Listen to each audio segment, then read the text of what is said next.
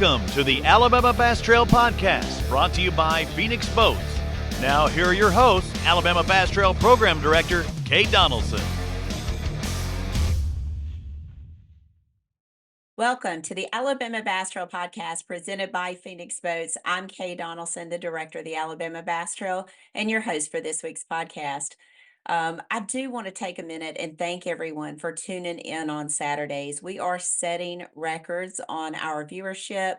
The contacts and all of the messages and the questions and everything that we're getting through social media, whether it be Facebook or YouTube, has just been phenomenal. A lot of information we're able to exchange with the anglers and, kind of have that dialogue back and forth. And it's been really incredible. I mean, this weekend we had listeners from New Jersey, New York, Texas, Georgia, Idaho, Iowa, just all over the United States. So it's been really cool to get to see that grow and be a part of that. And I really want to thank the ABT team for getting out on the water and working so hard to bring you live coverage. And we're going to do our best throughout the rest of the season to bring you phenomenal coverage. And man, it's really just now it's just rolling. I mean, tournament after tournament. I don't know if it is post Lake Martin tournament or if it's daylight savings time, but I've been kind of struggling this morning to kind of get in the groove. But nonetheless, we're gonna kick it off. We've got a really good podcast lined up for you. Of course, we're going to talk to our winners at Lake Martin. Somebody you've heard on this podcast before, Mark Mccaig Tim Hurst. They won their third Alabama Bass Trail event this weekend. They won on Lake Martin. That's their first in the ABT South Division. They've won Angler of the Year in the South, but never won a tournament down there. So we're going to talk to them. It has, Lake Martin, I don't know how else to say it. I know we said it several times on Saturday. If you want to go catching, you want to go to Lake Martin. It is absolutely chock full of bass. And I've got some notes, so I'm not even going to lie to you and say I don't. But just the bait report, I want to talk a minute about that. One of the things the Alabama Bass Trail is committed to doing is making sure that we're reporting accurate data to the Department of Conservation about the lakes that we visit. This weekend, we had 221 teams that took to the water on Saturday morning. 218 teams weighed in a limit. 218 teams out of 221 weighed in a 5-fish limit. 220 teams weighed in one or more bass. We had 1,097 bass weighed in, 233 largemouth, 864 spotted bass. Total weight, 1965.89. Winning weight, 1465. The big fish of the tournament went to Lucas Lindsay and his partner, Brendan Holt, 6.26. And we had 6 bass weighed in over 5 pounds. So a fantastic tournament. I mean, we heard guys on Thursday and Friday saying we caught 30, 40, 50. Some even said 60 fish a day. But they were not able to find that 4 to 5 pounder, which we found ended up kind of being very elusive. Even in the live coverage, we saw people catching bass, but getting that better than 3-pound bass was quite tough. But one team that was able to do it, Mark Mccaig Tim Hurst. They've had a long history on the Alabama Bass Trail. They've been fishing with us since 2014. They fish everything we have. They fish the ABT North, the ABT South, and the ABT 100s. They've been very successful in the Alabama Bass Trail. We're going to talk to them in just a little bit about their time on the Alabama Bass Trail and about their win at Lake Martin. One of the other things that we did was we debuted our ABT, the new fish care tanks, the Big Daddy, at Lake Martin. What an amazing piece of equipment that is and what it's going to mean to our team moving forward. Just the ease of being able to release those fish, limiting the amount of times that we have to touch those fish. Just an amazing piece of equipment. So thankful for that. Again, I got to thank the Alabama RC&D for helping us with that funding. Of course, with our other sponsors that we've been able to save up our money to buy those. Just a phenomenal piece of equipment. So looking forward to having that on the trail for the next several years. They will probably outlast Kay Donaldson if I had to guess. So, but anyway, we're going to take a quick break and then we're going to get Tim Hurst and Mark Mccaig in, let them talk about their time on the Alabama Bass Trail as well as their win on Lake Martin. But right now, you're listening to the Alabama Bass Trail Podcast presented by Phoenix Boats. We'll be right back.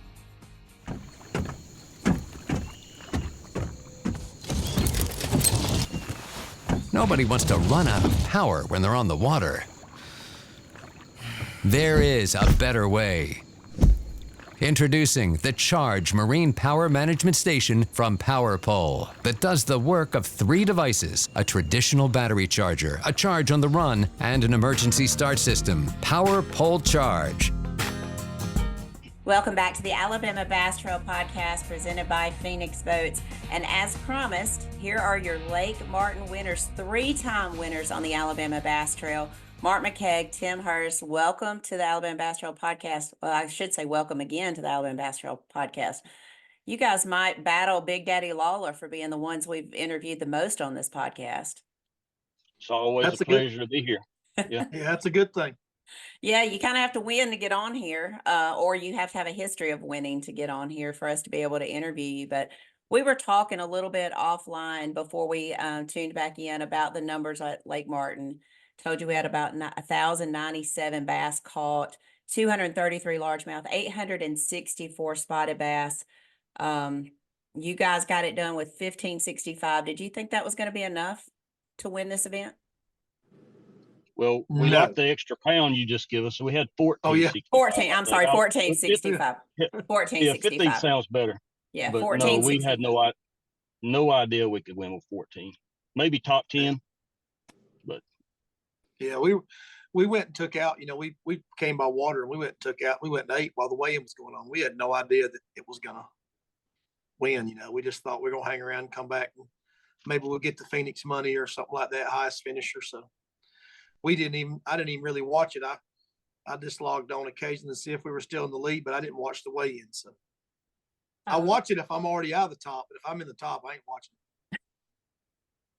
watching. Well, how was practice? I know you guys spent some time down there. You're very familiar with this lake. Y'all fish a lot of tournaments down there. So how much time did you spend practicing and how was your practice? Go ahead, Tim. I mean, I fished last Sunday all day and then a half a day Friday till it started raining. Practice is always the same down there. To me, I mean, you catch a lot of fish and occasionally you'll catch a decent fish. I think I caught Friday maybe a 3-pounder and a 2.5-pounder. But I mean, we never even fished those places in the tournament. I practiced Tuesday afternoon a little bit, and then I practiced Wednesday for part of the day Wednesday. And like you said, I mean, I practiced down the lake, I practiced up the lake, and I caught the same size fish everywhere I went. I feel like that if we did not have the weather that came through, there were people that were catching them a lot better than us. Okay. Talk about the weather. I mean, it's pretty much, you don't even have to look at the weather. You can just know that it's an ABT weekend and it's going to suck. So I know there was a lot of concern on our team as to what time the lightning was going to stop, because we really didn't want to put people on the water if we were going to be experiencing lightning. But the weather moved through rather quickly. We still had a little bit of rain before takeoff on Saturday morning, but from what I heard from people just stopping by talking, the water was up, 19 inches, almost 2 feet from Wednesday to Saturday. How did that change your game plan? Well, we really didn't have a game plan. The way we fish, it's just we make stops, and I think the first stop we made, we both decided on this is what we need to do, and we were there for 5 minutes, and we were gone because it wasn't right. It didn't look right. It wasn't what we expected. And me saying that we didn't fish the places I fished in practice, we run back to try to fish one of those, and there's so many boats around, we left. So and that is a good pattern lake. And once we made like 4 or 5 stops and maybe we caught a fish and we realized, I think I remember Mark saying they're not biting. And within 10 minutes, we had 4 fish in the boat. So we run through an area, we started catching them. He caught like a 2.5-pounder pretty quick. And then that give us we knew that the fish had moved up with the water. You're never sure when it moves up that fast if the fish move up with the water, but that told us pretty early that they had moved up. Yeah, okay. That's exactly right. We run around and fish some places that we thought could be good. I had a little pocket that I had caught 2 2-pounders in the BFL a few weeks ago, and I didn't even go, never went and practiced in it. And we run over there fairly early that morning. And that's what he's talking about. We pulled up there and I was like, man, they're not biting this morning. We're not getting the bites we normally get at Lake Martin. Normally at Lake Martin, first 2 or 3 hours a day, you catch 15 or 20, Yeah. and we had caught like one. But then we went through that one pocket, and when we come out of there, we had like 8.5 pounds.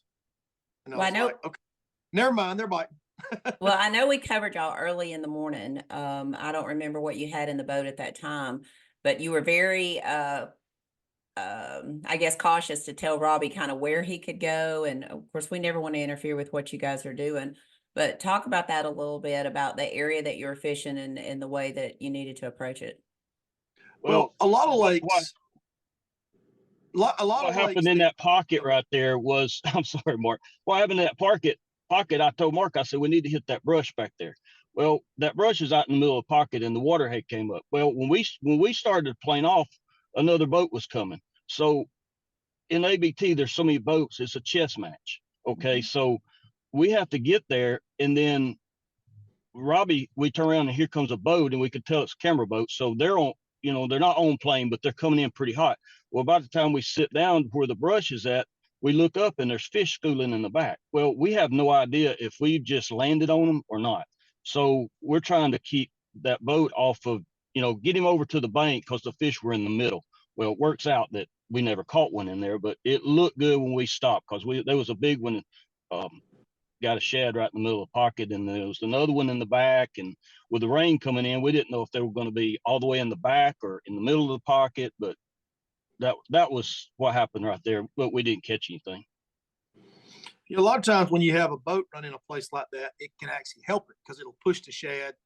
But when they're already schooling back there, we didn't want him to come and get right up beside us and kind of get to the right of us and be going up that bank and kind of spook them. So Right. I was telling him just to stay back and film us from there for a minute and see what happened.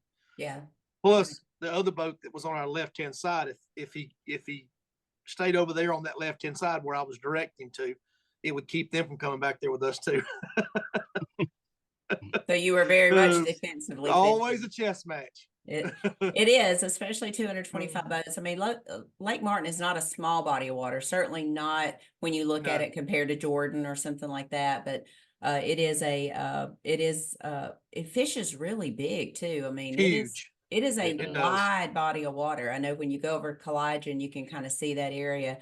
It is a big body of water when you consider the lakes that we have in the South to fish. What time do you think that you had your first limit? Probably an hour and a half into the day, Tim actually threw one back, our fifth fish that was just barely probably a keeper, but we already had 3 kind of small ones in there and 1 2-pounder. And at Lake Martin, there's just no sense in putting that fish through that. I mean, you're not going to keep that fish. So Yeah. he I just get threw in it back. trouble. I get in trouble for that sometimes, throwing them back without, Without having a limit in the boat? it's just We're- confidence. We're bad We about try to doing have that. we try to have a 2-pound rule, but at Lake Martin, it's a 160 rule. A one Yeah. Yeah, if he's over 160, you got to put him in there. If he's under, you can throw him back because you're going to catch a That's- bunch of 150s. So Yeah, and we saw that. I mean, guys would come up and they would just show us their thumbs and they're like, this is what Yeah. fishing Lake Martin is like because you just have so many bites. What time did you have the limit that you brought to the scales? at 215, Yeah. we weighed in at 230. I was gonna say, you Yeah, had an but- early boat number. Yeah. Would you like to gripe at me on camera about that one, Mark? No. I don't gripe about it. It is what it is. I would have liked it. I mean, it worked out, so I loved it. But if you'd have went the other way with the numbers, I'd have liked it better. Because Right. it's usually the first couple of tournaments, the later flights really catch them a little better. I think there's a couple of reasons for that. I think everybody thinks they bite better in the afternoons. In reality, usually when it's really, really cold, they bite first thing in the morning anyways. But it's like for us, everything changes so fast this time of year, especially when you have weather like we had, that if you've got, you may figure out a pattern on the day of the tournament, and then you have longer to run that pattern. it's not just about the fish biting better later in the day. It's about that maybe by the end of the day, you figured out kind of what you want to be fishing and you got more time to do it. But you asked when we had our limit, I mean, we were fishing in a pocket and it's a good place. But it just didn't seem right. And I asked Tim, I said, what's the smallest fish we have in the box? He said, we got a 170 and a 180. And I said, okay. I said, well, let's go hit one more place. I said, there's a place a few weeks ago I caught one. I said, it'll have a little extra water on it today. So we run back there and Tim stood up threw out there and caught a 220 something. So see that fish at 215, it won the tournament for us. We didn't have no idea at the time that was the case, but it was just like, I mean, I jokingly told him, I said, if somebody put a gun to my head and said, you got to catch a fish on your next stop, I said, and it was anywhere in the world, it would be right here because I can always catch one right here. And it's usually a 1.5 pound, 2 pounder. Normally you don't try to go catch a 2 pounder, but when you got two 180s and you got two that average 4 pounds a piece, that means a lot. That puts you from 14 pounds to 14 and a half pretty quick. Right. So, one of the things that Robbie and I talked about was we saw a lot of people, weighing their fish and using the scale, but at Lake Martin, sometimes you got to bring out the balance beam. You got to bring out the coal beam because it is so close. I mean, did y'all ever have to bring out the beam or did you just rely on your scales? Tim weighed the fish. I'll let him answer that one. Bubba's pretty honest. Yeah, Bubba's pretty honest. Okay. We've used scales for years and years and never understood why people don't. It's like they put 5 in there before they start checking them. Well, we start right off the bat. Well, the first one gets, we have a system and it works. And our scales may not say the same thing as your scales, but I mean, before I throw that fish back, a lot of times I will double check it and make sure it weighed what it said, and it's always been right. Okay. Always. Okay. I'll be honest, one of the things that me and you discussed over the years is the dead fish penalty. But the scales are the biggest reason why we use that the way we do, because it puts the least amount of fish in stress.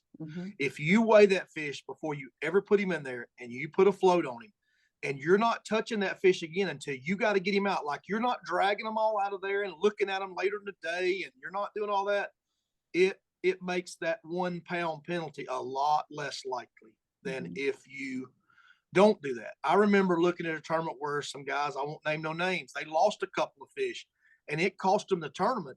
And I went back and watched live and they had 4 or 5 of them out in the bottom of the boat trying to cull later that day. And I'm like, hey, if them guys would have put them on scales, they'd have probably won this tournament, because that's what kills them. When you start taking them out 2 or 3 times during the day, and now all you do is you look on that scale, it says green's got to go. You reach in there and you pull green out and we'll hold him in our hand, put the clip on that one, put him in there. And then you kind of, you double check him if it's real close. But you ask about a balance beam. We used to do that more, but we've kind of figured out over the years that we have never seen that thing be wrong. Now, it might weigh slightly differently throughout the day, but like if you put one in there that's a 190 and you got a 185 and you check that 185 before you throw him back, he always weighs less than the 190. So at that point, there's no sense in getting him out and putting him through all that. Just throw him back and go back fishing. I mean, we feel like we get a couple more casts a day than some of the other teams because of that throughout the day. And I think that's part of the years of fishing and the experience that you guys have, because that is something that I think young anglers can really look at and start understanding the reason behind weighing and going ahead and getting your coal strings on there and making sure that you have those properly labeled, because it does keep you from having to measure that fish and bring it out several times. And part of bass fishing is managing all of that. It's managing your equipment. How far are you from the ramp? Trolling motor batteries and everything that could possibly happen. That's part of this game. I've talked about it before, even on the Elite Series. You're your own mechanic, you're your own travel agent, you do all of that stuff in these team tournaments. You got to be able to manage that, and keeping those fish alive with a 1 pound penalty is certainly important. We've Yep. seen it change the outcome of the AOY 1 year for John Pollard and Dallas Weldon. It is certainly important. And in a tournament like this, 1 pound, I would have to go back Oh, and look yeah. at how far Yeah. that would put you down. I mean, you had still been in check range, but it would have certainly took away the $8,000, Phoenix first Yep. flight prize and all of that. So, can you talk a little bit about the baits and stuff that you were using? Yeah. I mean, it's funny because when we're doing the interview after, he's like, man, just give us a little bit. I'm like, look, I know that this sounds like a cliche, but me and Tim we don't have one thing we really like. We like everything. I mean, I put 6 or 8 rods on the deck of the boat. He put 6 or 8 rods on the deck of the boat, and whatever looks good in front of us, that's what we throw. I mean, I caught one of the fish we caught on a frog. I mean, it's the only bite I got on it, but it just looked right to me at the time. I picked it up, threw it, fish bit it. Tim didn't fish a jig all morning long, and towards the end of the day, he picks up a jig and catches one of our biggest fish. Right at the end of the day at like 1:45. So, I mean, we just whatever the situation looks like to us, that's kind of what we do. I mean, I don't. We're not trying to not tell somebody something, but if you looked at the deck of my boat when we weighed in, I had 8 rods up there, and there was a chatterbait, there was a worm, there was a beaver, there was a jig, there was a frog, just a buzzbait. I mean, I caught one fish. I don't know if we weighed it in or not, but I mean, I caught a fish on a buzzbait, that day. So just whatever it looks like in front of us. So that wasn't you trying to throw off the competition and let them think you didn't know what the heck you were doing. That was really that you. It's how we fish everywhere we go. I mean, about the only lake that we don't fish that way is like Gunnersville, and that's just because Gunnersville is so big that you can't run around. We made that mistake for years. You try to run from one creek to the next creek to run a pattern, and you get there and it takes you 30 minutes to do it. And then you get there and somebody's in your way. And we've kind of learned at Gunnersville, you kind of got to figure out where you want to fish and just sit down and fish, Right. and take what you can get. But at these lakes like Lake Martin, where you've got 1,000 creeks and 1,000 pockets and points, and I mean, if you catch one on a point here, you can run to the next one, hit one just like it, just a few hundred yards. So docks are a player there, wood covers a player. I mean, just whatever they might be on. That's and we fished a lot of dead water. I had a place I saved it's one of my favorite places on the lake, and we spent an hour and a half in there. And I think we called by an ounce or 2 in there. But I mean, I thought it was going to be the best place we had, and it just turned out not to be. So you kind of just go by the seat of your pants every time you put in the water on a lake like Lake Martin and just go fishing. We saw early in the morning, I think Darian got on Josh Chappell, Paul Davis early, and they were not using forward-facing sonar. They were, fishing cover, fishing lay down stuff, fishing some docks. It was very old school, early springtime fishing. We saw you guys doing some of the same stuff. Did you use forward-facing sonar at all on Saturday? I think that's always a player, Yeah. But when people say forward facing, we're not out there, throwing a minnow, trying to get, drop it in one's face, but we're always looking to see. We're on that too. But there's with the water coming up and it being muddy, but you always have to use that to see what's in front of you, see what's around you. You can see, if you're around fish, they're swimming everywhere. It keeps you in an area. It makes you leave an area faster than you normally would, and it makes you stay longer, possibly. If you're around fish, you can see them. You said something about the scales. Me and Tim are not the youngest guys anymore. We're not old, but we're somewhere in the middle, I feel like. But, I mean, we embrace all the new stuff. I mean, we were one of the first ones, Tim especially. He's the first person I knew that had forward-facing sonar. I mean, he will, and I follow right along with him. Even if I don't necessarily always like it, I want it on if he's got it on his boat, I want it on my boat. So that when we're together, we both got the same stuff. We set our boats up the same way. I mean, we're a team. I mean, I put my power pole switches in the exact same spot he puts his every time. Yeah. If his up is on the right, I want my up on the right. If his left, I mean, We set our boats up, even though we use different companies, we set our boats up identical. And then we embrace all the new technique. I mean, look, I spent some time in the boat purposely with the young guys this year in the off season, got them in my boat and said, hey, you're taking me fishing. You know, I want to learn this stuff because I'm not going to be that guy that wants, I mean, it may one day leave me, but it's not going to be for lack of effort. You know, I want to know the new techniques, even if I decide not to ever use them. I don't want to be the guy that says I can't do that, or I'm not going to do that, or that ain't for me. If it'll catch a bass, it is for me. I don't care what it is. That's right. Do you consider that fun fishing? I mean, you hear that argument. Yes. It's not fun to watch, but is it fun fishing? I think it's as fun as anything we do. It's as fun as catching one on top water. Oh, because wow. you see him coming after your bait and you feel that bite, and the anticipation of that it's addicting. I mean, I knew that's not how we were going to catch them at Lake Martin just because of my practice.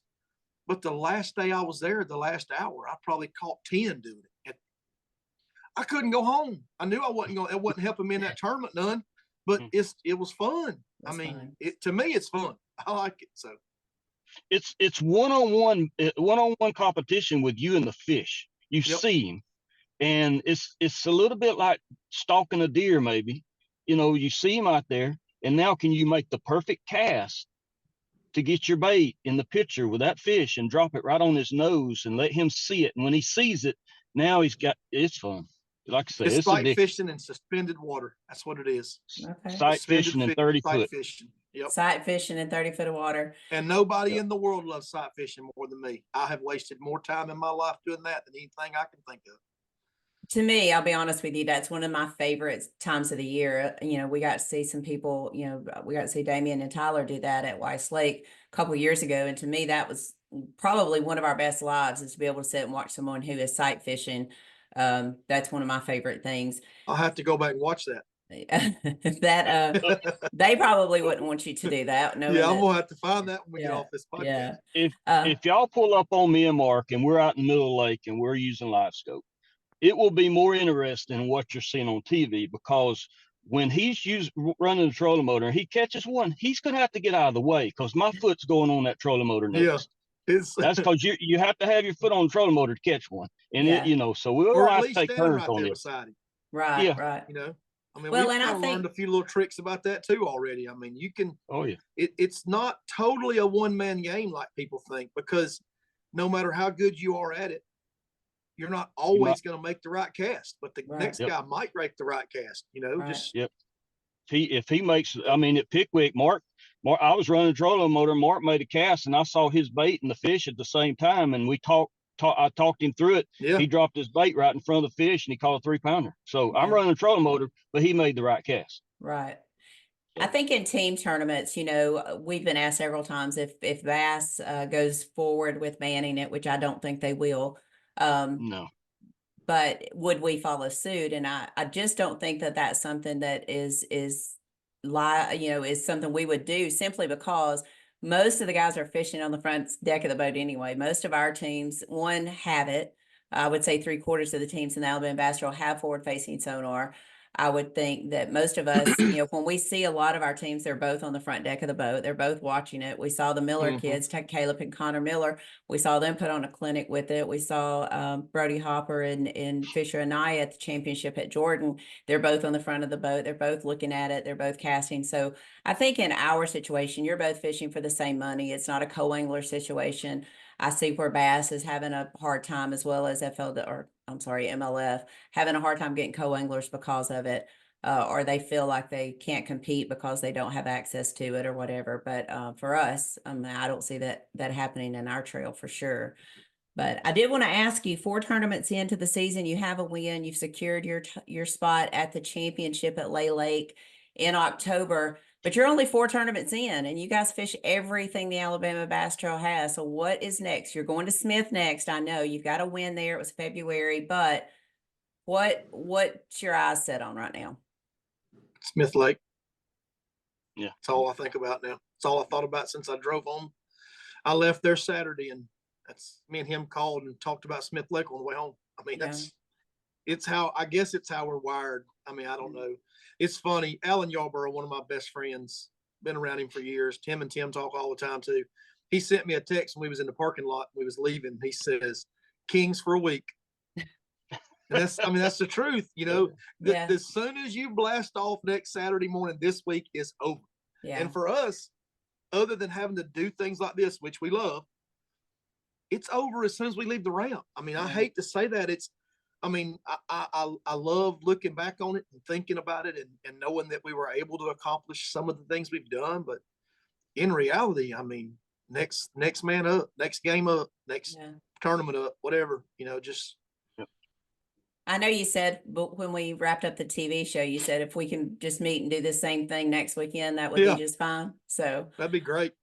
Yeah, I get it. Yeah. Well, I really appreciate you guys coming on here. I know we're going to have a little bit of weather this week, Friday and Saturday. So, I mean, it is Alabama Bass Trail Week, but what are you looking forward at Smith? I mean, I know you saw Jesse and Jordan had a 20 spot on Saturday.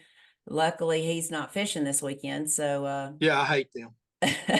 No, he's one of my best friends I talk to him every day just about. Yeah. But yeah, they're good he's people. gonna be hard to beat. Well, what do you think it's going to take to win on Smith? I would be very happy with 18. I think it could take 20. I think it might have took 20 if they didn't catch 20 this weekend. Okay. I think that I think that he may have hurt the weight, but in his mind, if he didn't catch them this weekend, they either might not be there next weekend, or he might have a lot of company helping him catch them, in the few areas he caught them in. So, but he's going to be hard to beat. I mean, he is. He's not fishing. He's not fishing. He's an alternate. Oh. He's an alternate for JQ, so he will be there. Oh, okay. So, okay. Yep. I didn't realize that. I haven't noticed all the alternates. Right. Yeah. I don't know. I talked to him after the tournament because he called me on the way home, and they won 2 tournaments down there out of the same ramp Saturday. And I said, "Why'd you catch all them?" He said, "Man, if I don't catch them, somebody else will." So, and I kind of get that, That's. But I think the lake. That's another lake like Lake Martin that really fishes big. I mean, it swallows up them boats, like 250, 225 boats. I remember, I think it was last year, we fished there, and there was that and a high school tournament that had 100 and something boats. And I mean, it's crowded, but it's not like other lakes. I mean, there's so much shoreline to fish and open water to fish that it just swallows up boats. So I agree. I like Smith Lake. It's been good to us in the past, been good to you guys in the past. We'll see if you can get it done again on Smith Lake. Thank you guys for being with us this morning. Congratulations, 3-time winners on the Alabama Bass Trail. That's got to feel good. It does. Yes. Yep. All right. Y'all have a good rest of the week. I'll see you Saturday at Smith Lake. Thank you. Thanks, Kate. Thank you.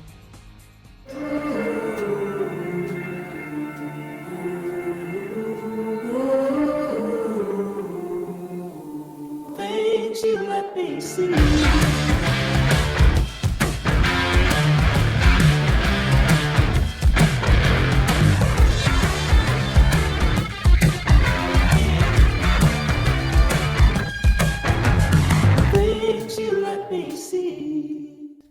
Welcome back to the Alabama Bass Trail podcast. I did not get to end with Mark and Tim. Man, big time winners, 3-time winners on the Alabama Bass Trail. First time they've won in the South Division. They got a little time to talk to Mr. Luke Dunkin offline before we start this segment. So they got a chance to give him some thoughts and all of that on some different things. But welcome back to the Alabama Bass Trail podcast, Mr. Luke. Glad to be back, and yeah, man, I like cutting it up with Mark and Tim, man. They've always got a take in this fishing world, like myself. So it was good catching up with them and getting to face through Zoom at least tell them congratulations. Since I played hooky this weekend, and I apologize. That's okay. NPFL championship. You guys had a big time tournament down there. Had a 10-9 caught. crowned your first ever champion. That's got to be a big deal. Yeah. Yeah, that was that's a crazy thing to hear anybody say, to be honest. I was recording my podcast yesterday. I'm like, it was a long time coming. You know, they were going to have one in 2021, and then things kind of went awry at the end of the year. And so to finally have one, and then for me, it was so special that we've got 12 anglers, I think is the number, that have fished every NPFL, right? So we've had mix and match in the field and different things. And Brandon Perkins is one of those guys. So for him to be one of the kind of quote OG NPFL guys, he had a chance at Angler of the Year in 2021 and was coming back to the final weigh-in the final day. Shift actuator goes out on his motor, cost him Angler of the Year. He had it blown out, won, and Keith Carson ends up winning.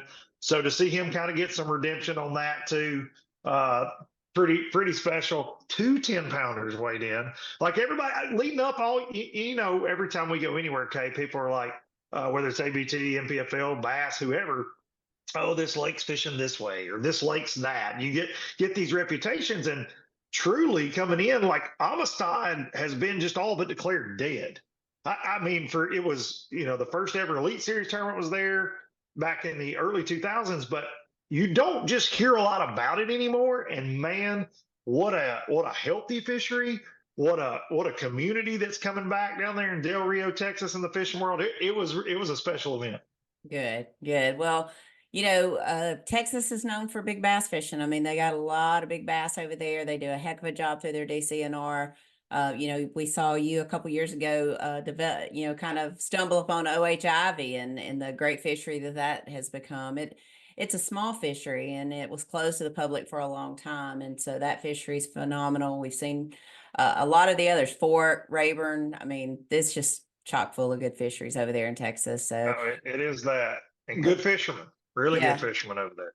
Well, props to you and all of the NPFL crew. Get that championship done. I know that was kind of a weight off of their back, and they're getting ready for a big 2024 season, and it's underway. I mean, fishing is in session, that's for sure right now. Goodness gracious. And it's so, I was thinking about this last night too. You feel like, oh man, it's the championship. Well, really our season kind of started with it, right? Like we've only had one regular season tournament. We still got the entire season ahead of us with 5 events left. So yeah, there's a lot of fishing left, but we are in the swing of things all across the bass fishing world, man. Yeah. There's no doubt. Yeah, Bass has had their first 2 events. I can't remember how many events MLF has had. We're 4 events in, 1 ABT 100, 3 regular season, getting ready to head to Smith Lake. And I think I've mentioned this before. You don't even have to look at the calendar. All you got to do is look at the weather forecast, and it's an Alabama Bass Trail weekend. I mean, good Lord.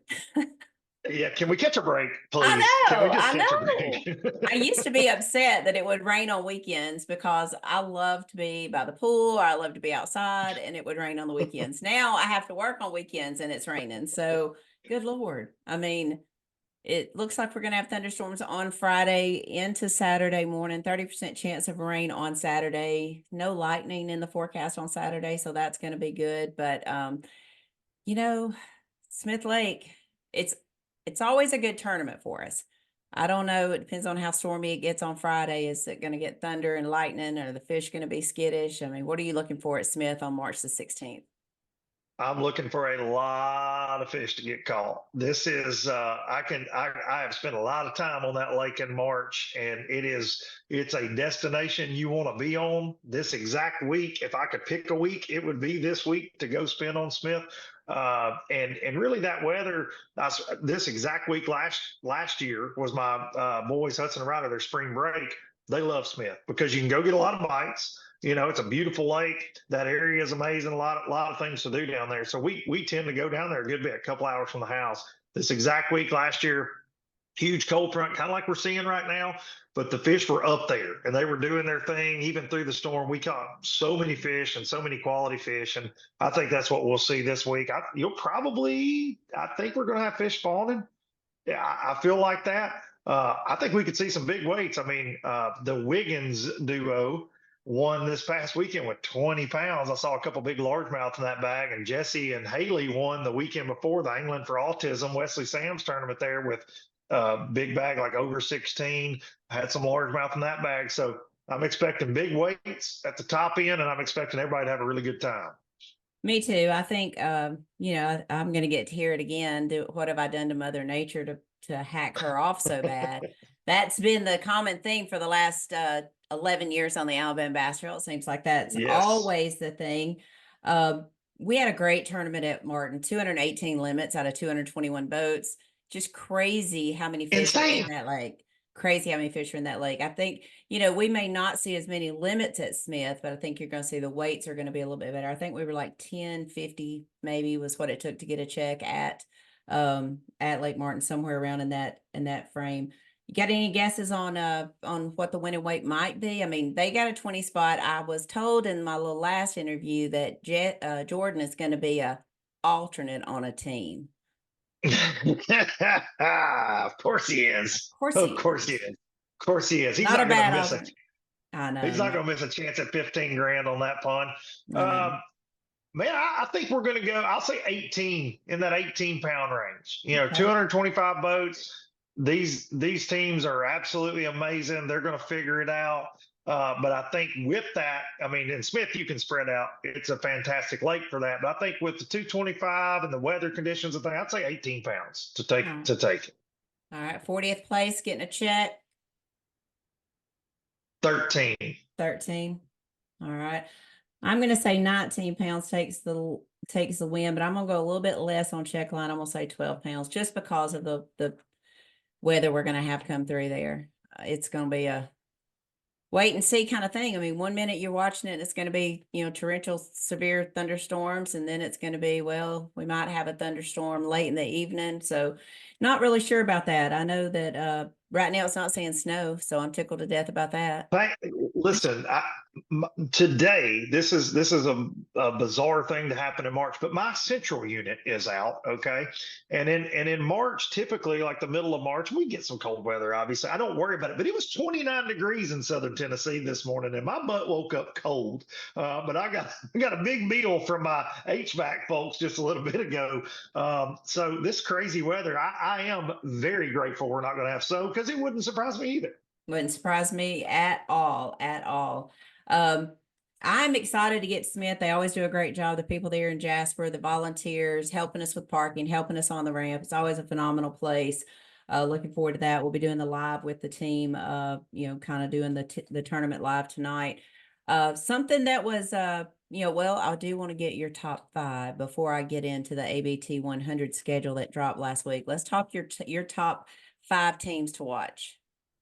Well, I think first and foremost, I'll always Wesley Sams and Craig Daniel, but this alternate situation, who's alternating for who? He's going to be with Wiggins. I think will be alternate with Steve J. Hughes. So I think Shane Tyree is going to miss the. Yeah, that's going to throw a little hitch in my get along down here too. So. Yeah, that changes things for me. But Wesley and Craig, obviously Craig is, for me growing up, he was Mr. Smith Lake. He's won more boats on that lake. That was always his reputation. He's a fantastic angler. He's always around them. Won the first ever ABT championship there on Smith. And, Wesley's been a part of a couple winning teams on Smith in ABTs. Mm-hmm. He's always a threat there. So I think if you don't pick that team in your top 5, you are, if we had fantasy fishing in the ABT, they would be the most picked team potentially this week. I think you can't pick against Mark and Tim. Mark Mccaig Tim Hurst. They have a win there back in 2016. Really, and when I was looking at that, they have a lot of top 10s there as well. Like they're always in the mix there, it seems, at Smith. But if you were to get a lot of rain and you get some dirty water, I think that changes Smith so much and it makes the bite better at times. And you could see some of that this week. I feel like that's kind of what Mark and Tim faced it at Martin this week to overcome that. Momentum's a big thing in this sport. They just got their 3rd win. Can they get their 4th this week? I think you'd be silly to pick against them. Damian Willis, Tyler Cocker, Damian's won there before. Their team has not won at Smith, but I feel like they did too. They did. Tyler did win. Okay. When it snowed, they won in the snow. They won the Snow Bowl. That's right. I apologize on that. Top 5 though at Pickwick coming off that. They dealt with some adversity there. I'd say they'll be in the mix.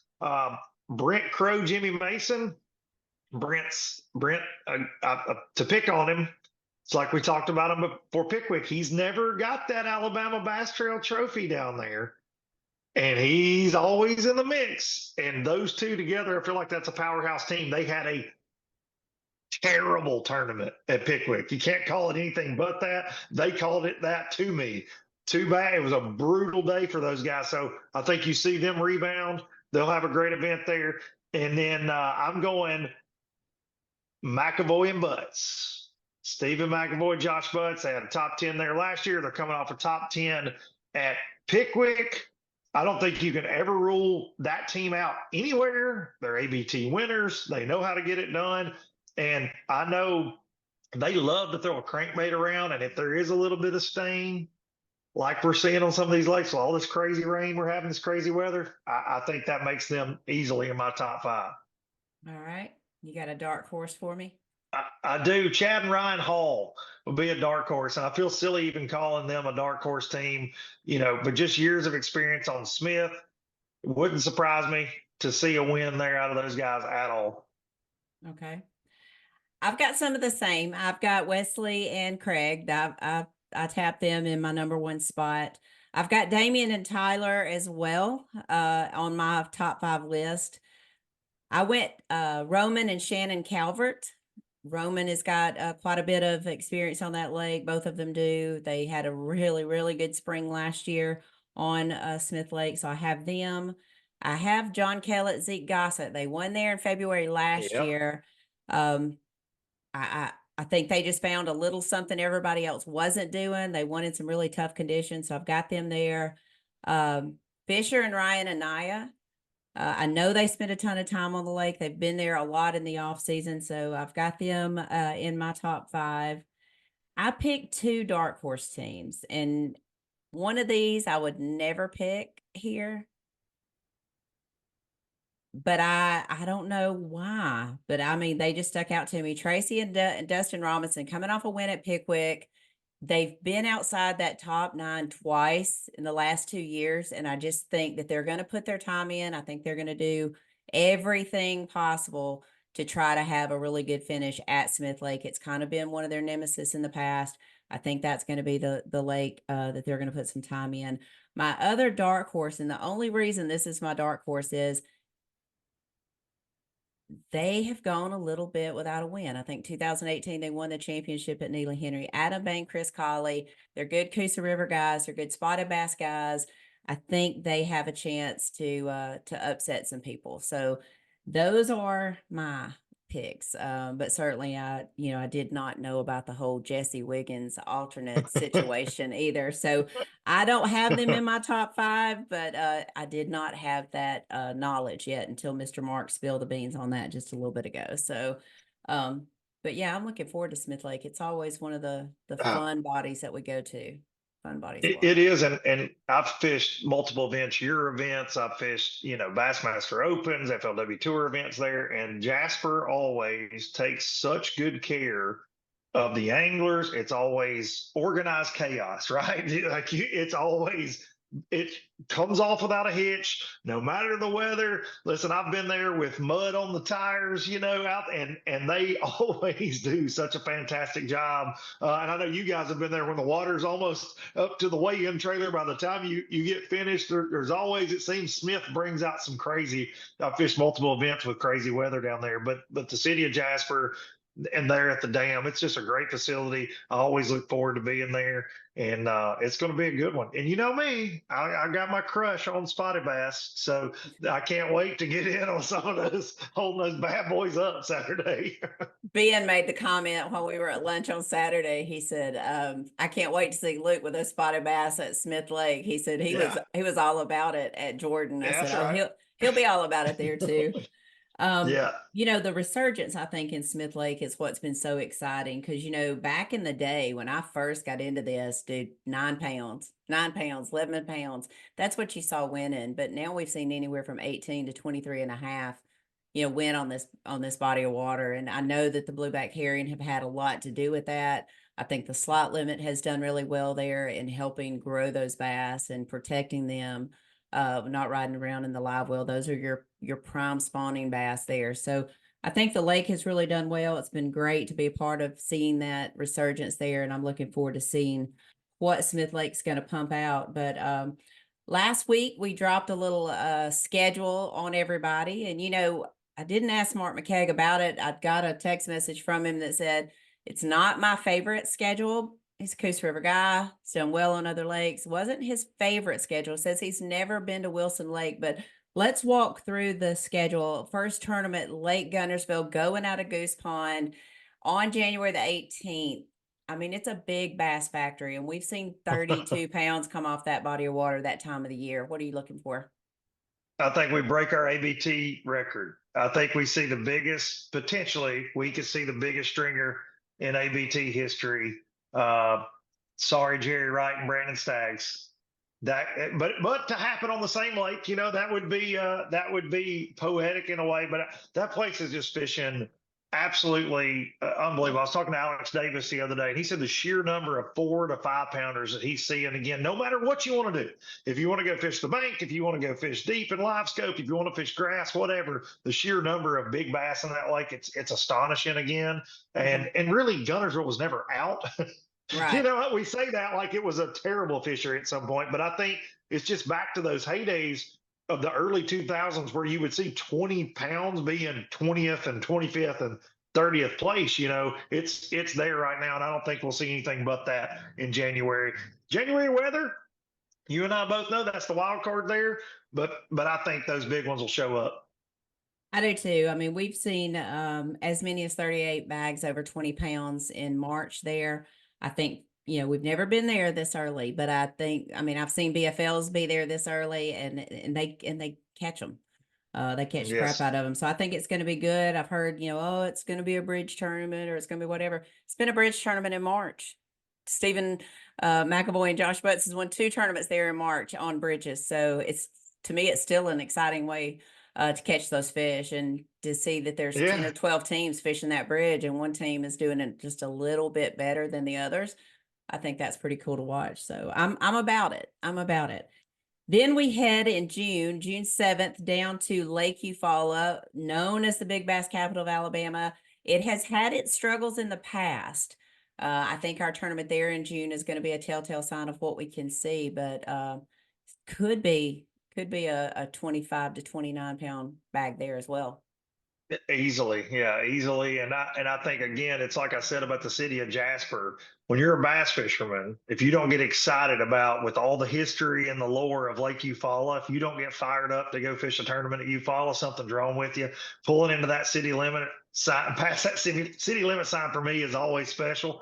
And listen, the entire schedule is just silly. Like you outdid yourself on this one. And I know there's no Coosa River on there. I get that, but man, it's a fantastic schedule. And like you said, that lake is it's a roller coaster. They've been through it, but I think it's coming back strong. I do too. And you get such good hospitality when you go to Eufaula. Could be because the mayor fishes. Could be because he understands it. He understands Mr. Jack, Mr. Jack understands the assignment. He does, and they do a good job. I know Lake Point, the state park there, is really good. I know they're going through some renovations while we're there, but really excited to get back down there. And then to wrap it all up on a lake we've never been to on the Alabama Bass Trail, but one of the reasons why the 100s are so fun is we can take them to lakes that the 225 can't go to. Wilson Lake on November the 1st. I mean, that could set up to, we could see 28, 29 pounds of smallies brought to the scale. Yes, ma'am. And you know me and my love for that lake. That is where, I've probably got more hours on that little body of water than anywhere else in my entire life, and cut my teeth there with my dad growing up. And then when I was at UNA, that was just always the go-to. And when I will say, I got a little teaser of the schedule, and you asked me about that, and I was like, oh, please, let's do that. Please, let's do that. Because it is, for 225, it's a little small for the most part in the way it fishes. But man, with 100, we're going to see Obviously, the tailrace stuff's going to play huge, and like you said, that a big bag of smallmouth could definitely win that. But Wilson, in the last few years, you've got some grass in places now. You've got, a lot of really big fish on that lower end of the lake. There are a lot of guys that are getting better and better and better at finding them with forward-facing sonar. These fish that we thought just didn't exist on the lower end anymore, they're still there. They've kind of changed their habits a little bit. So that time of year, there'll be a lot of things in play. Really, however you want to fish, you can attack that one. And just to me, that's I don't know. I get chills thinking about having a big event like that on Wilson. They're just a lot of big turbot trails just don't come there, and it's such a special fishery. It is. I'm looking forward to being there. It takes a lot of coordination when you do a lake like Wilson, because there's not a ton of hotels on that lake. So most people are going to stay in Florence, but the waterfront people, and I know you think waterfront, you think of Guntersville, but in Shoal Creek, there's a new waterfront boat center there, and we're going to be able to use their parking lot. They're going to be working in coordination with us along with Florence Lauderdale Tourism. We'll be using Lot 6. We'll be using, I think it's Fleet or Safety to have some guys go there. So it's going to take a lot of coordination, but John and Daniel and the team are up for it. And really looking forward to seeing who is in that tournament, because I think that's going to bring out some people that may not have fished the 100s before. Hopefully they can get in. But I think it's going to be a fun time. That's for sure. Do you want a list of names that are going to at least try to get in that? I bet you one of live them. within about 10 I was going to minutes from me. say the last name Allen seems familiar. Maybe Surratt, maybe some of those guys. You're going to see some of those Surratt boys. You're going to see some Brewers. You're going to definitely see the Becks, and the Harveys, and you'll see a lot of that show up for sure.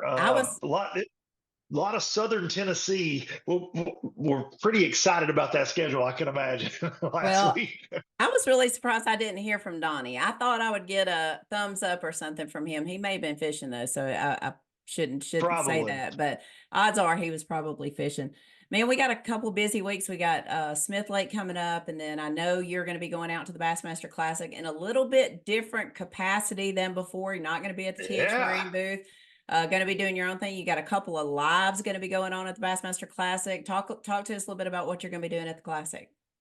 So the Classic is 3 days for me where I don't get any sleep, and I will not have a voice after it from talking like I normally do, way too much. But this year, I'm kind of free agent Luke this year, but I'll be working for folks like Pro Guide Batteries and out there roaming booth to booth a little bit, doing that dance, but doing a live podcast during the expo at the Express Boats booth on Saturday afternoon. But then the big one, the one that we've done this will be our 4th time at the Classic, and I'm super grateful that it has kind of become an event that people seem to look forward to as much as I do. Saturday night, we're going to be at a place called the Hunt Club, and it is not the biggest venue that we've ever hosted this at. So I would suggest, folks, we're going to kick things off at 7 p.m. and get there early. But what we tend to do, we do a live podcast, and I've got some interesting characters lined up for that. I typically announce that the week of, but then, I've got my background in music.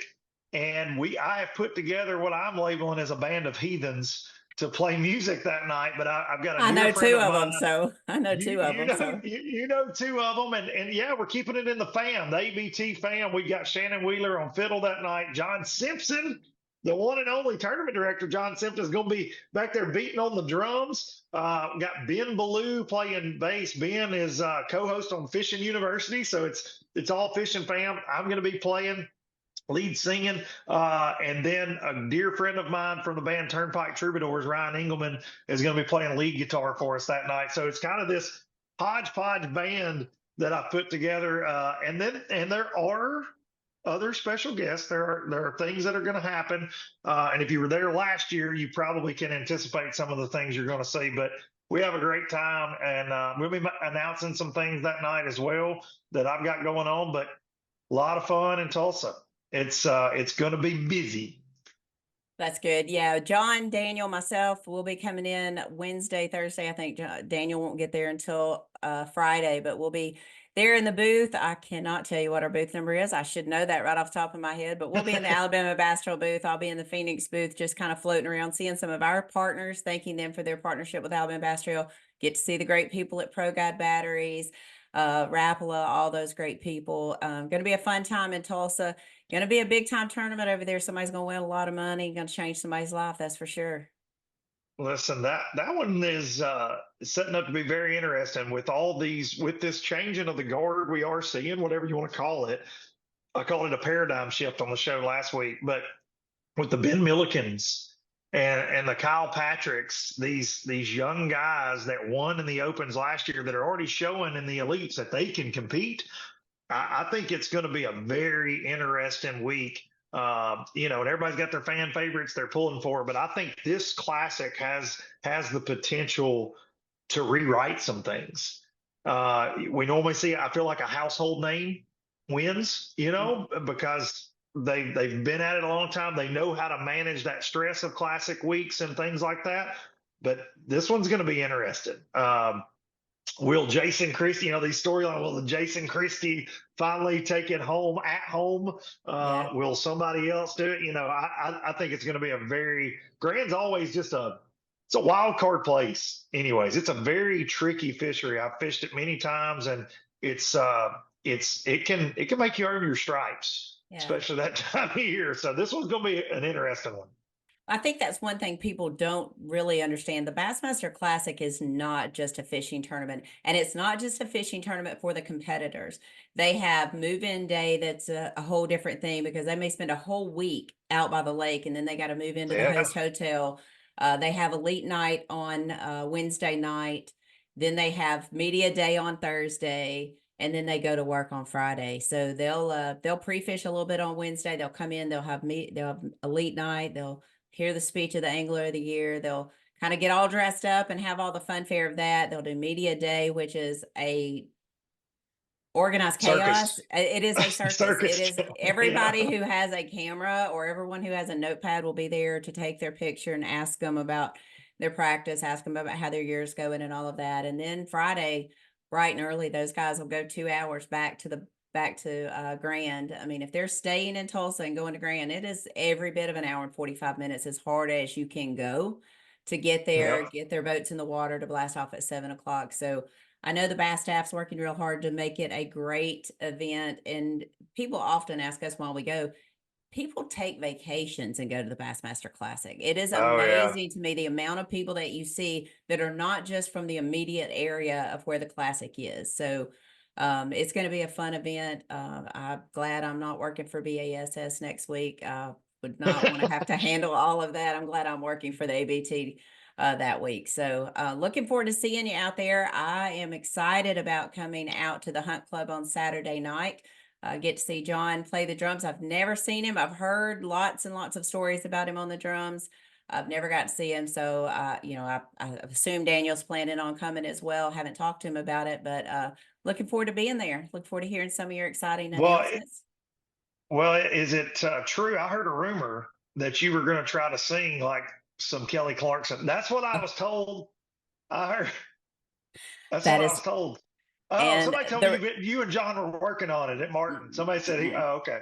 Okay. The results are in, and that is a lie. That I'll do the whole Maury Povich. That is a lie. Okay. I don't sing. I sing in my car, but trust me, that is not something anyone in that building nor outside that building wants to hear. I trust you. Okay. I'm sure John plays a great set of drums.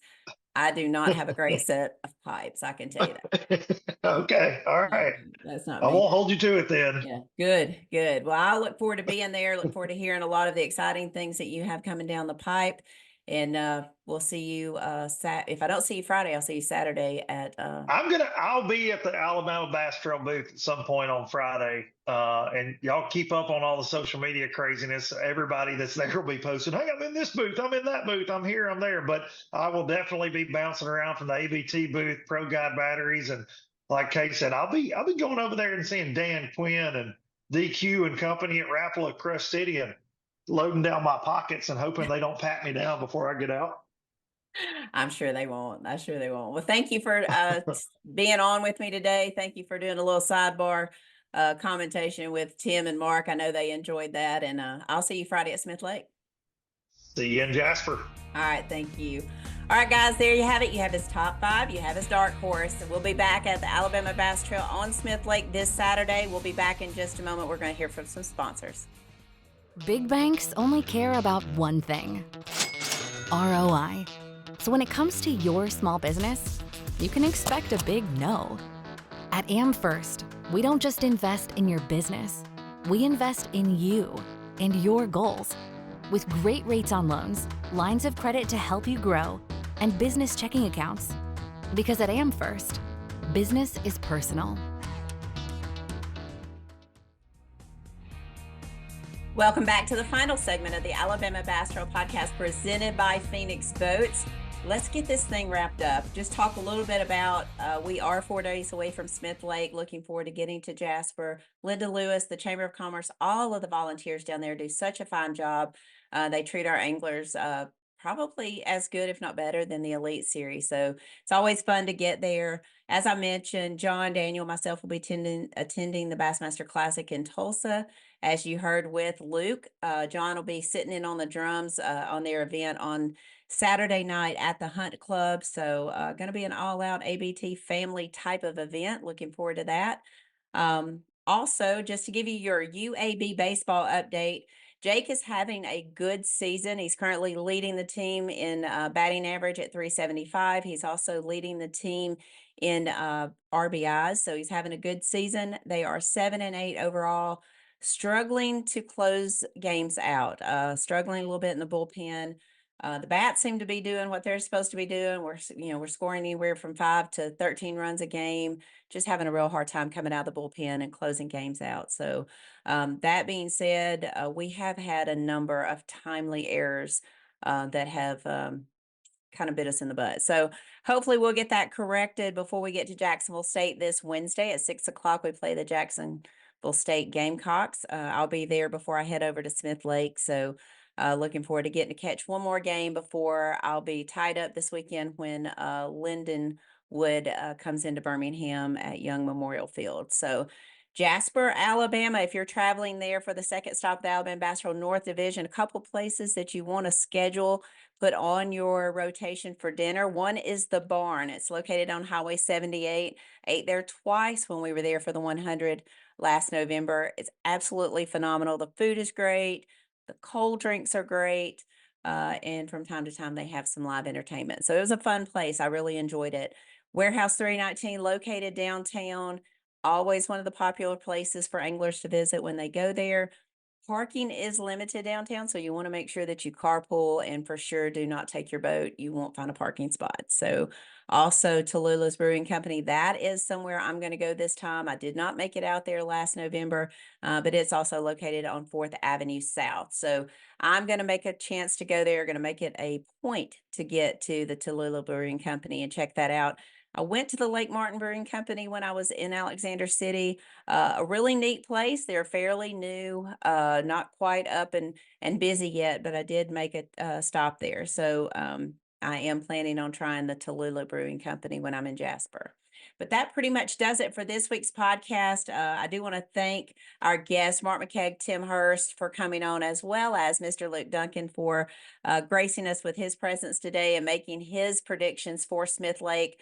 Looking forward to that tournament. Going to be a lot of fun being back in Jasper. I do, again, want to thank you to everyone who is tuning in for the Saturday morning lives. The comments, the dialogue has been phenomenal. I want to thank the ABT team for getting out there, doing such a great job. Jason, Darian, Luke, Robbie. This week we'll be filling in for Jason while he'll be at Red Crest. So we'll have Mr. Trey Swindle with us doing a little bit of live action out on the water. So y'all stay tuned for that. We'll start around 7 a.m. We'll run to 11. Give you 4 hours of live coverage out on the water. So be sure to tune in for that.